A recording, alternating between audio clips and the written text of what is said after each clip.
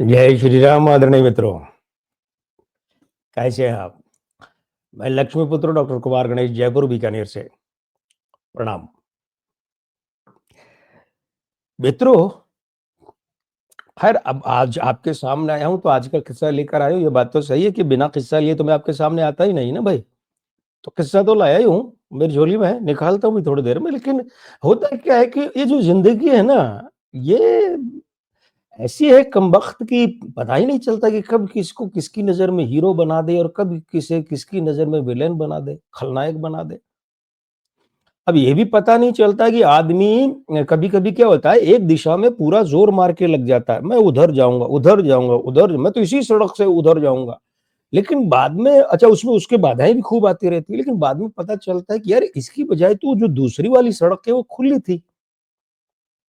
और वो आदमी क्या करता है फिर इधर से जब उसके लिए रास्ता बंद हो जाता है तो उधर वाली पे जाता है तो उसे लगता है अरे ये तो खुली सड़क है यार, मैं इतनी देर फालतू में वहाँ मगजमारी कर रहा था और उस रास्ते से वो बहुत जल्दी आगे पहुँच जाता है, बहुत बड़ी जगह पर पहुँच जाता है। ये जो हमारा हिंदी सिनेमा जगत है ना, हिंदी फ़िल्म इंडस्ट्री जिसे हम कहते हैं, यहाँ अ, जिस ज़माने की मैं बात करने जा रहा हूँ उस समय इसे फ़िल्म नहीं पिक्चर कहते थे।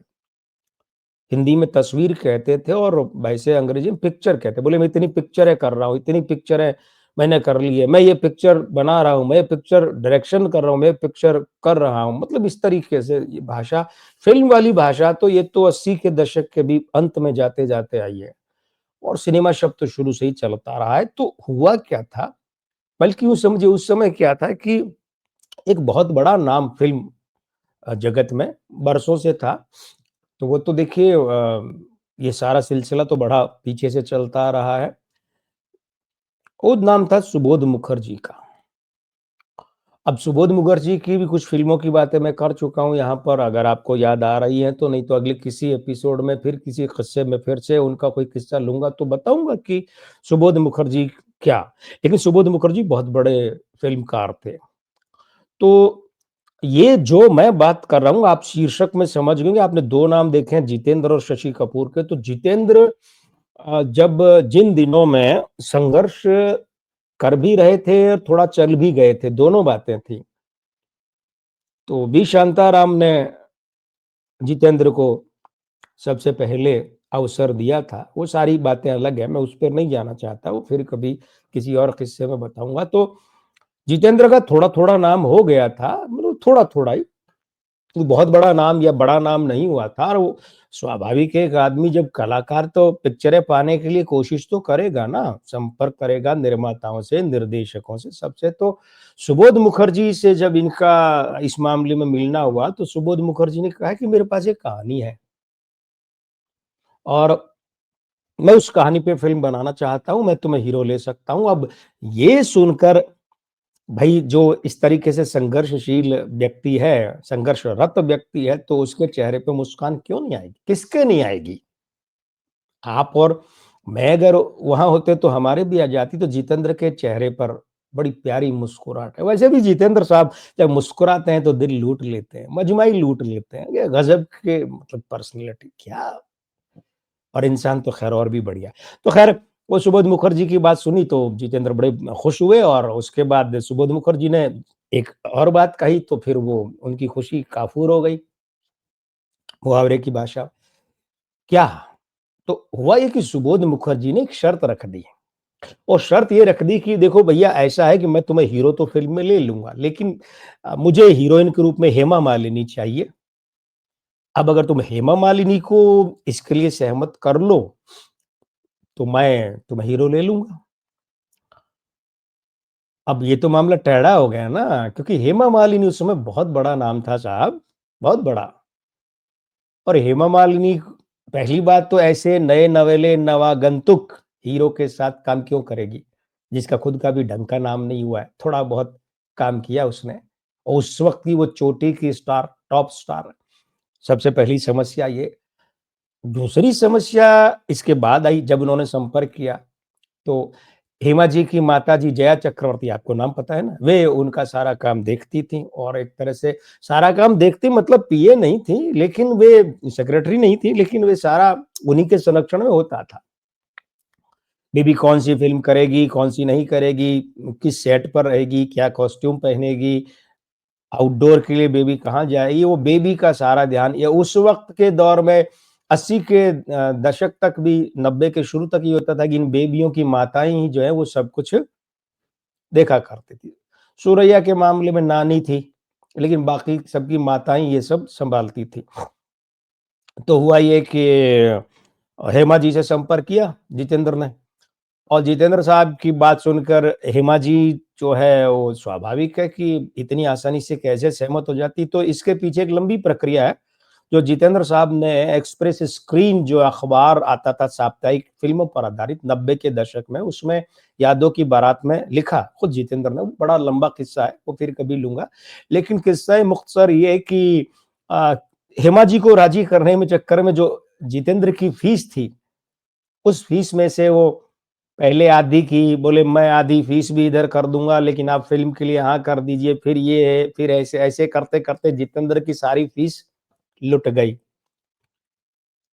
और तब जाकर हेमा जी ने हामी भरी कि ठीक है भई, मैं करती हूँ फ़िल्म। अब जितेंद्र ने ये सोचकर कि यार फ़ीस तो अपनी सारी चली गई, ठीक है? इन्हें राज़ी करने में ही चली गई। अब लेकिन इतना है, हेमा जी के साथ फ़िल्म का सेटअप है, सुबोध मुखर्जी का प्रोडक्शन हाउस है, तो निश्चित रूप से फिर क्या है, फ़िल्म बड़ी होगी और ये जब रिलीज़ होगी, हिट होगी बड़ी, तो फिर मेरा ये जो ये वसूली हो जाएगी मेरी फ़ीस। मतलब अभी मेरी फ़ीस का खत्म हो जाना, लुट जाना कोई अफ़सोस की बात नहीं है, ये सोच के जितेंद्र राज़ी हो गए। अब जितेंद्र साहब बताते हैं उस अपने संस्मरण में कि भई मैं बड़ा खुश था कि फ़िल्म जो है और शुरू होने वाली है शूट और मेरी इतने बड़े सेटअप की फ़िल्म। तो जैसे आज के वक़्त में यशराज फ़िल्म्स है ना, आदित्य चोपड़ा वाला, उस तरीके से वो बैनर था सुबोध मुखर्जी का। फिर एक दिन क्या होता है कि जितेंद्र जो है वो जब सुबह-सुबह उठते हैं और नाश्ते-वाश्ते के आस-पास जब अखबार पढ़ते हैं तो उसमें एक विज्ञापन छपा होता है, पता नहीं खबर छपी होती है कि फ़िल्म तो शुरू हो गई शशि कपूर के साथ, उस फ़िल्म में शशि कपूर हीरो हैं। अब जितेंद्र पर तो बिजलियाँ गिर गईं। अरे यार! ये क्या हो गया? मेहनत सारी मेरी, मैंने अपनी फ़ीस लुटा-लुटा कर हेमा जी को सहमत किया इस फ़िल्म में काम करने के लिए और अब मुझे ही फ़िल्म से निकाल दिया गया, शशि कपूर को ले लिया गया। बड़ा झटका लगा।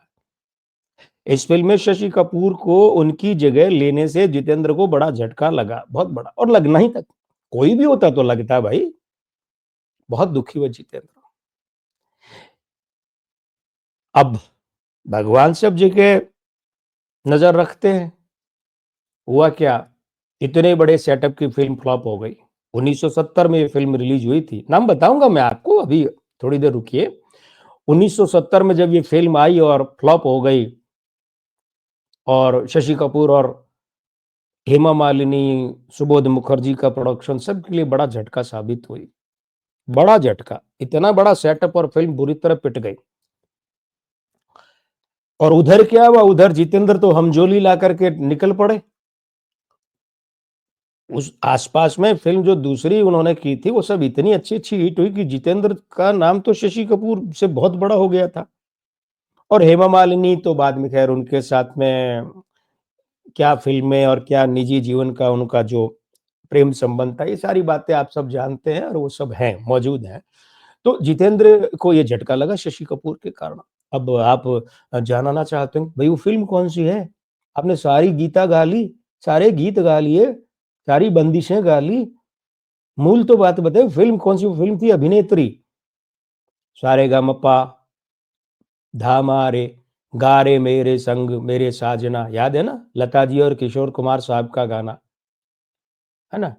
और अगला गाना आपको, अरे रुकिए 1 मिनट गानों की बात, ये जो गाने लिखे थे ये मजरू सुल्तानपुरी ने लिखे और संगीतकार थे लक्ष्मीकांत प्यारेलाल। अब एक और गाना आपको बताऊँ, वो खींचे हमसे साँवरे ये भी था, सजना ओ सजना, है ना? कि ये बड़े रोमांटिक भाव से, मनुहार भाव से गाया गया था लता जी द्वारा। और ओ घटा सावरी थोड़ी-थोड़ी बावरी और वो धड़कन हर दिल की, ये गाने गाने अच्छे थे, म्यूज़िक अच्छा था लेकिन फ़िल्म पिट गई। तो जितेंद्र का ये झटका शशि कपूर का ये झटका जितेंद्र को जो लगा, अब क्या होता है, मैं भी किस्सों में इतना मग्न हो जाता हूँ कि शब्द इधर का उधर, उधर का इधर हो जाता है, नाम उधर का इधर, उधर का उधर हो जाता है। तो ये किस्सा मुझे, अब आप कहेंगे भई आप जितेंद्र साहब को तो इतना बड़ा झटका लगा और आप मुस्कुरा रहे हैं, और उसकी वजह भी तो सुनिए। मैंने आपको बताया ना कि जितेंद्र को इस फ़िल्म से तो झटका लगा, लेकिन इस फ़िल्म के झटके की एवज़ में भगवान ने 2 काम कर दिए। एक तो जितेंद्र को 2-3 बड़ी-बड़ी फ़िल्में सुपर हिट करवा दी इस दरमियान, तो इस फ़िल्म का गम उन्हें छूटने का रहा ही नहीं, और ऊपर से ये फ़िल्म सुपर फ्लॉप हो गई। बड़ी बुरी तरह पिट गई, तो वो गम वैसे भी नहीं रहा। ख़ैर, खुशी हो या गम, सहते रहेंगे हम। हमारे लिए तो खुशी है कि आपको अगर ये वीडियो अच्छा लगा है तो पसंद कीजिए, और अगर चैनल अच्छा लगा है तो सब्सक्राइब कीजिए, घंटी का चिन्ह भी दबाइए, जिससे कि आपको फटाफट हमारे वीडियो के नोटिफ़िकेशन मिलते रहें, है ना? ये बात है। और हाँ, अगले एपिसोड को लेकर अगले वीडियो में मैं हाज़िर होऊँगा, फिर आपका दोस्त डॉक्टर कुमार गणेश, यानी कि पूरा नाम क्या है मेरा, आपको याद है? नहीं याद है? चलिए याद दिलाता हूँ। लक्ष्मीपुत्र डॉक्टर कुमार गणेश, जयपुर बीकानेर से। प्रणाम।